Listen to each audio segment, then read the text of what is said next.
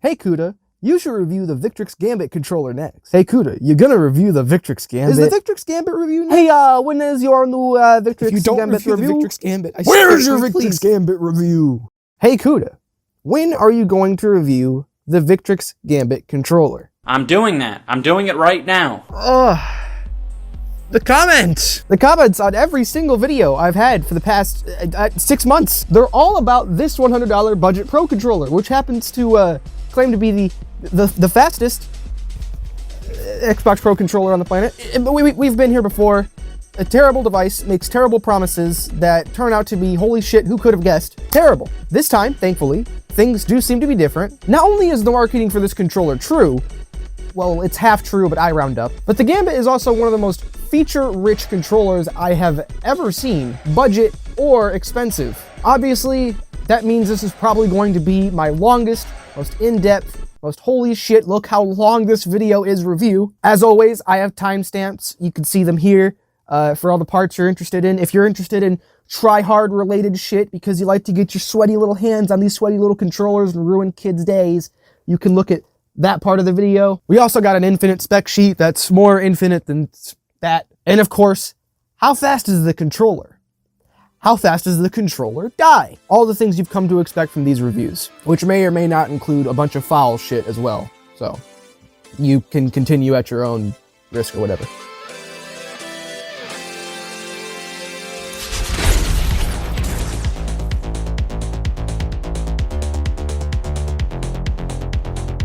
Many controllers use very broad, headline-grabbing marketing so people will immediately correlate their product with a certain characteristic that gamers are interested in. For instance, the Elite Series 2 was supposed to be the world's most advanced controller as advertised. That kinda leads to some people thinking it's the best controller, which is partially why I think there were so many fucking YouTube videos titled, "Oh, the best Xbox controller." That's not true. That controller is objectively poop shit. But it's kind of a similar situation with the Victrix Gambit minus the shit. The Victrix Gambit advertises itself as the world's fastest Xbox controller. This has led many to immediately say, oh, this is the world's fastest controller.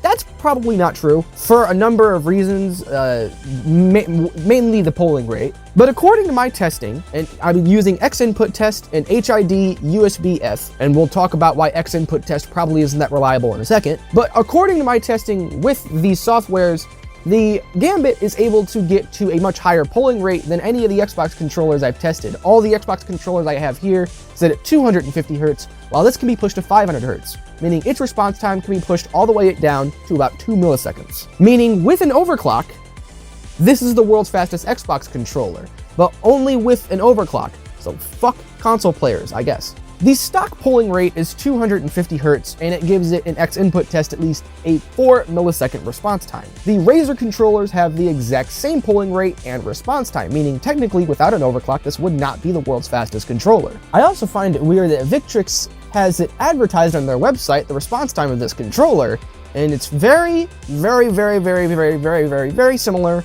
to the number I got when I overclocked their controller. Some of you may be asking, hey, why don't you push it all the way to 1000 Hz? Problem being, the Victrix Gambit rapidly develops brain damage when you do that. So if you are going to be doing some overclocking, I wouldn't push it past 500 Hz, as that is what the board seems to max out at, about 500 Hz polling rate. To be honest though, the polling rate's really the only thing I can say, even with somewhat confidence. The polling rates that X-Input Test reports to me are very similar to others that are found on the internet, so I think I can trust those. However, response times are a bit of a different thing. There's this guy I've been watching for a while, and I think someone mentioned him on my last video, actually. His name's Rocket Science, and recently I went back to watch some of his videos to prepare for one of my videos about Xbox overclocking, because you can't really overclock Xbox controllers and have it do anything significant, aside from this one, apparently. And watching some of his older videos about the variables that surround trying to test a controller's response time, after doing a little bit more of my own research, it makes it very apparent it's not that easy. I am right back to square one where I was a year ago. I take it back. I want to die.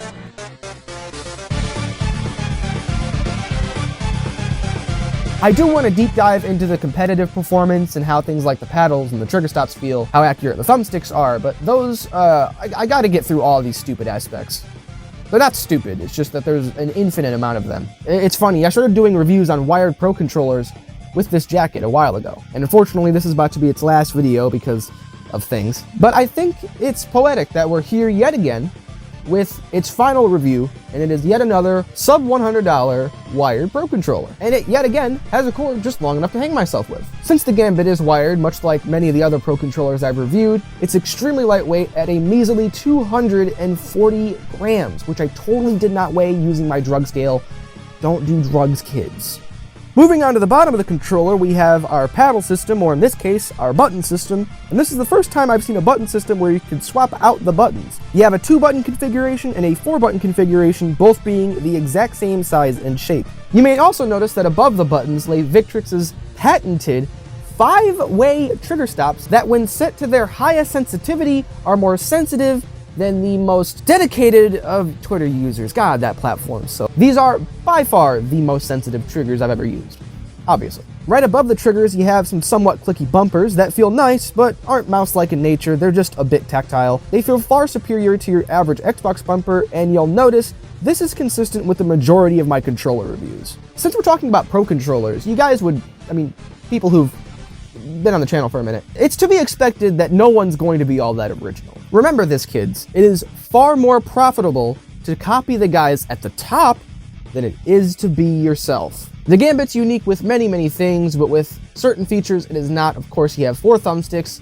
2 swappable D-pads. Per usual, you have 1 high-rise concave thumbstick, 1 low-rise dome stick. The high-rise stick is called the Sniper Stick V2 for no reason at all. Sounds cool though. Of course, the D-pads are like all the other swappable D-pads. But oh wait, hold the freaking phone, guys. This D-pad isn't circular. No. It's diamond-shaped. I didn't ask. Can I just go home? No, I can't, because I need to tell you guys that control freaks actually do fit on the thumbsticks that the Gambit comes with, because no one else did. All the reviews I looked at, I'm not even gonna name anybody this time, but all the reviews I looked at talking about these controllers said control freaks don't fit on these thumbsticks. They do. It's just that if you're not careful, or your thumbsticks are a little smaller than the stock mold, they might slide around a little bit, but they do fit. The only reason I would assume people had said that they didn't in their reviews is because you didn't test it. While we're on the topic of the thumbsticks, I'd like to stay here for just a second and mention one of the features on this controller that I don't understand. Octagonal thumbstick anti-friction rings. If these aren't for Mortal Kombat, I don't know what is. Not sure why they're here. I'm again assuming they're for fighting games, but weird. It's a good idea though. These can be found tucked away inside of your carrying case. Now, inside said carrying case, there are also 2 swappable faceplates. The lean purple one is made out of condom rubber. I shit you not, it is actually made out of rubber. Watch me flap this around. Look at that. Look at that. Flaps around like a dildo. Sounds like one too. Faceplate's cool. And because it's rubber, the thumbsticks actually feel like they have 0 friction. Like, they feel better than any controller I've ever had. It's just that they deform.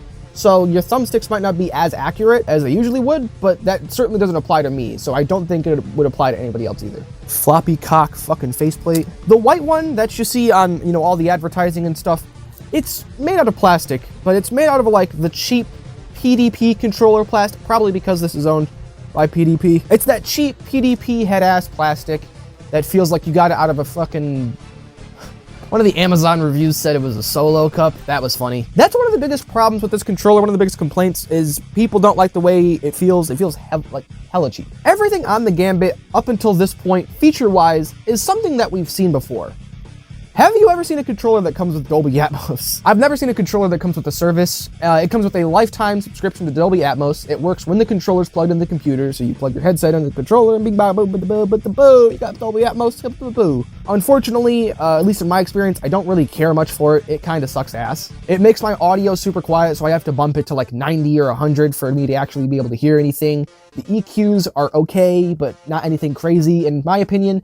If you're an audiophile, if you really like your audio and you like to get it to sound exactly how you want it, you would be using an equalizer APO. I know equalizer APOs are only available on PC, and this is a review of an Xbox controller, but shut up. And I can't really see many people using it. I haven't seen many people using it or talking about it. I'm not going to go over all the equalizers and all the audio presets that are in the software, because that would just be video filler. Oh yeah, I forgot to mention there's a Victrix Gambit software. We'll go over that later. It's boring as hell. Alright, the spec sheet of this controller goes on for miles. The universe would undergo its heat death, and all the stars in every galaxy would literally burn out and die before I get to the end of this video. So I'll do the honor of cutting it here and moving on to shit that's actually interesting to talk about.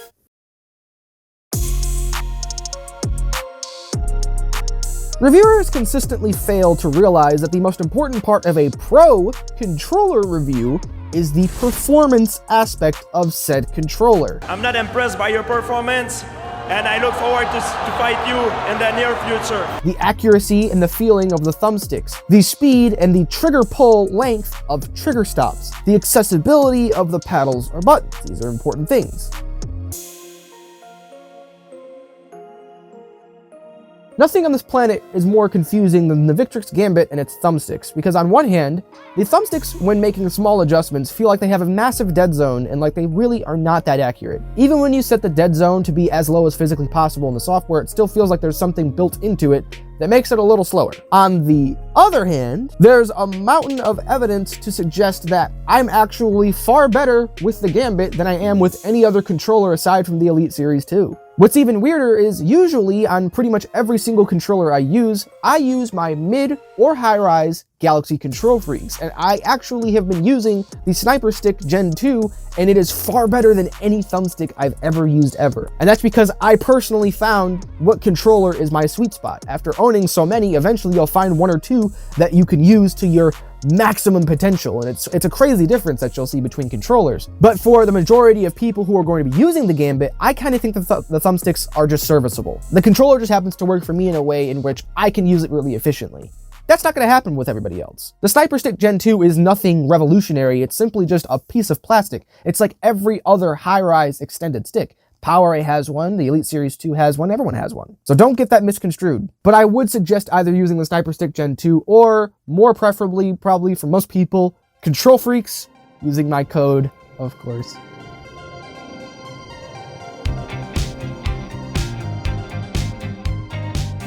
Paddles or buttons are going to be the most gameplay enhancing feature on a controller because controllers have as many buttons as I have hoes. Oh my god, I paused the fucking thing. Why did I pause the fucking thing, you stupid motherfucker? The Gambit comes with 2 button attachments, one being, again, the 2-button attachment and one being a 4-button attachment. Obviously, because they're both the exact same size, the 4-button attachment has some issues, which means that the majority of people are going to be more comfortable using the 2-button attachment, which is evident by a lot of the comments on the reviews I've seen on YouTube. Most people will only be using 2 buttons with this controller. I personally can use the 4-button attachment, but that's simply only because I play with these controllers every day. Most of the time I play with more than one controller, and I've gotten equipped to pretty much using any button layout ever. I really enjoy both button attachments. Personally, I would try to do something with the shape of them next time they make a new controller or something. Maybe they could be a little bit more angular or off to the side, because the 4-button attachment feels like you're smashing your fingers together, like an 8-year-old who's smashing action figures together. Like it's terrible. The buttons get like a C+, because the 2-button attachment's cool. Some of you may remember when I reviewed Scuff's new Xbox controller that has adjustable clicky triggers that can be adjusted from being normal to literal mouse-like switch, click, trigger things. Yeah, those were the fastest feeling triggers I had ever felt up until this controller. This is the first controller I've experienced that actually took the steps that the Elite controller took. Trigger stops are supposed to stop the fucking trigger. Most controllers have trigger stops that only stop at like 60% of the way, 40% of the way, 50% of the way. This controller has trigger stops that stop the trigger most of the way. Like you only get like a millimeter or two, not much movement. On top of this, the dead zones can be adjusted in the software so that the dead zones are actually that far out on the trigger. So you can use 100% of your trigger pull when the trigger stop is maxed out. Victrix is the only one who seems to have gotten this right, and it really boggles the fucking mind how more people haven't done this. And once more, these are fast. Like, by far the fastest triggers I have, simply because they are the most sensitive triggers ever. You can breathe on them and they'll activate. It is actually insane. It can be annoying if you set your controller down in your lap or something, or really just if you do anything to the trigger, if I'm being honest. But I do truly enjoy them. They're insanely fast, insanely short, and out of all the controllers I've reviewed, especially on the budget end, This is like by far the best.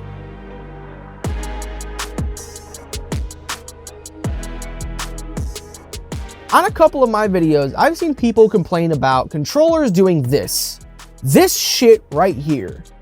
Why the hell? Okay, I understand, again, I've said this in the past. There are places where you should be unique. The fact that PowerA is straight up ripping off the Elite Series 2 and doing it even more with their newer controllers pisses me off to the maximum. But this is where you should not be unique. The options, menu, and ABXY buttons. The options and menu button are in a completely different place and it's extremely annoying. The ABXY buttons aren't in a different place, but they're like smaller. They're like maybe 60-70% the size of actual normal ABXY buttons. It's very weird. These are things that should be kept universal, because now that I've been using this controller, I get mixed up on all my controllers now because I don't know where the options and menu button are, because this controller is a piece of absolute ass cheek shit. I'm not actually well, I am personally upset about it. And I think if you want to use this as a main controller, it's a great idea. But if you're using it as a secondary, fuck that. You will lose the location of your options and menu button all the time. Just stop being so weird. Just stop.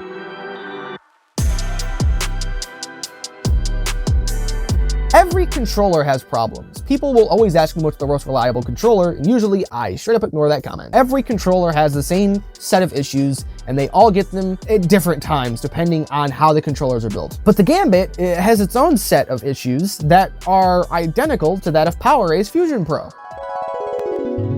I'm not gonna list all their issues out. I'll just put them on screen. These things are so hit or miss when it comes to how long they'll last, but the main issues with the Victrix Gambit seem to be right thumbstick drift, which, no shit. The trigger stops, much like the Elite Series 2, because they have adjustable dead zones, they seem to malfunction pretty often as well. And above all else, just like with PowerA, audio issues reign king.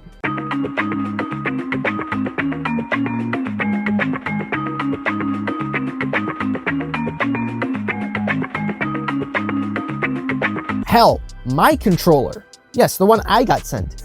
I didn't get sent, I bought it. I have a double-clicking left stick click.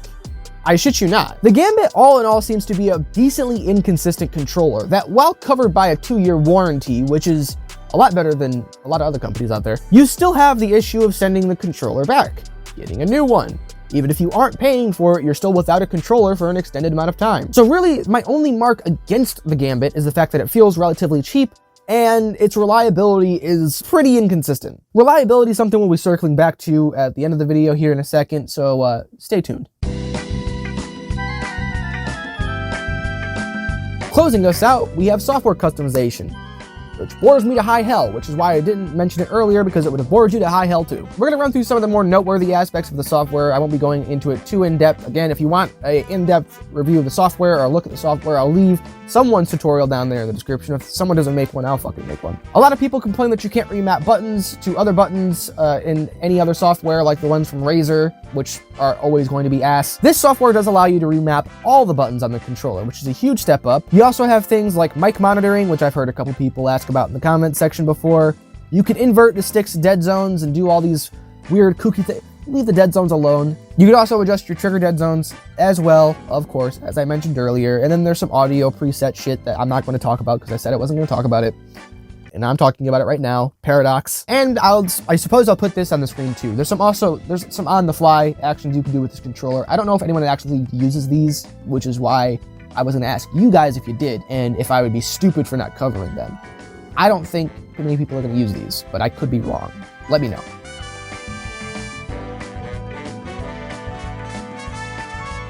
Wow, I've been in this fucking chair for a long time. I haven't recorded this much in a very long time, and it was all very, very worth it. The Gambit is probably the most unique device I've ever reviewed. At $100, it has more features, more price to performance than any controller I've looked at. And the only real marks, again, like I said, that I have against it are the fact that it feels relatively cheap with its plastics and its build quality, and its reliability is not that consistent. That is a problem with every single controller that I've reviewed, unfortunately. I think this controller makes absolute sense. With Xbox controllers, you have the PowerA Spectra at $40, the Fusion Pro 2 at $90, the Turtle Beach Recon at $45, the 8-Bit Do Pro 2 at like $45. All the $40 controllers have very, very similar specs, but the $100 controllers have similar spec sheets to ones that you'd see at like $200. But I kind of think that the Victrix Gambit, with its trigger stop mechanism, with its swappable buttons, with its 2-year warranty, I actually do think this is probably one of the best bang for your buck controllers, one of the best price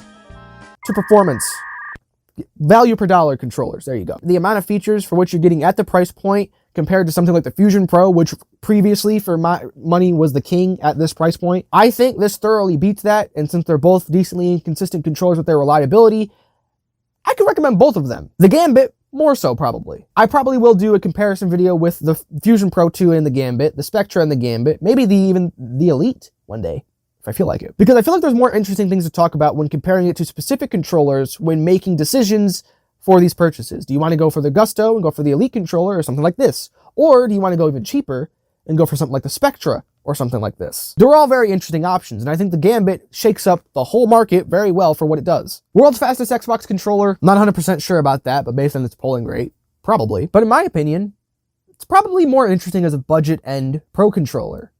And I think I'm going to leave it there. This gets a green check mark from the Coodsters, the most reliable source of controller content on YouTube. Don't you fucking forget it. So before I head out, I'd like to say goodbye to the Flash Jacket. As again, during the past, I've almost recorded this video about 5 times, and I've sat here in this jacket in front of the camera, and I'm like, shit. In the process, I ended up wearing out the rest of my elbows, so I'm not wearing this jacket anymore. It's gonna be an artifact put inside a casing one day on my wall, and it'll probably be in the background of one of these videos one day when I have my own place. For those who've been around since the Flash Jacket was my main, thank you. It's been like 45,000 subs since then. Crazy, crazy times. Hopefully crazier times to come now that I have this enormous fucking video out of the way. I absolutely love you guys. I cannot believe you guys waited this long for this review. If you're still watching, wow, you're an actual god. I appreciate you. Hopefully, I can get this edit done without dying. And I'll see you guys in the next one. Peace.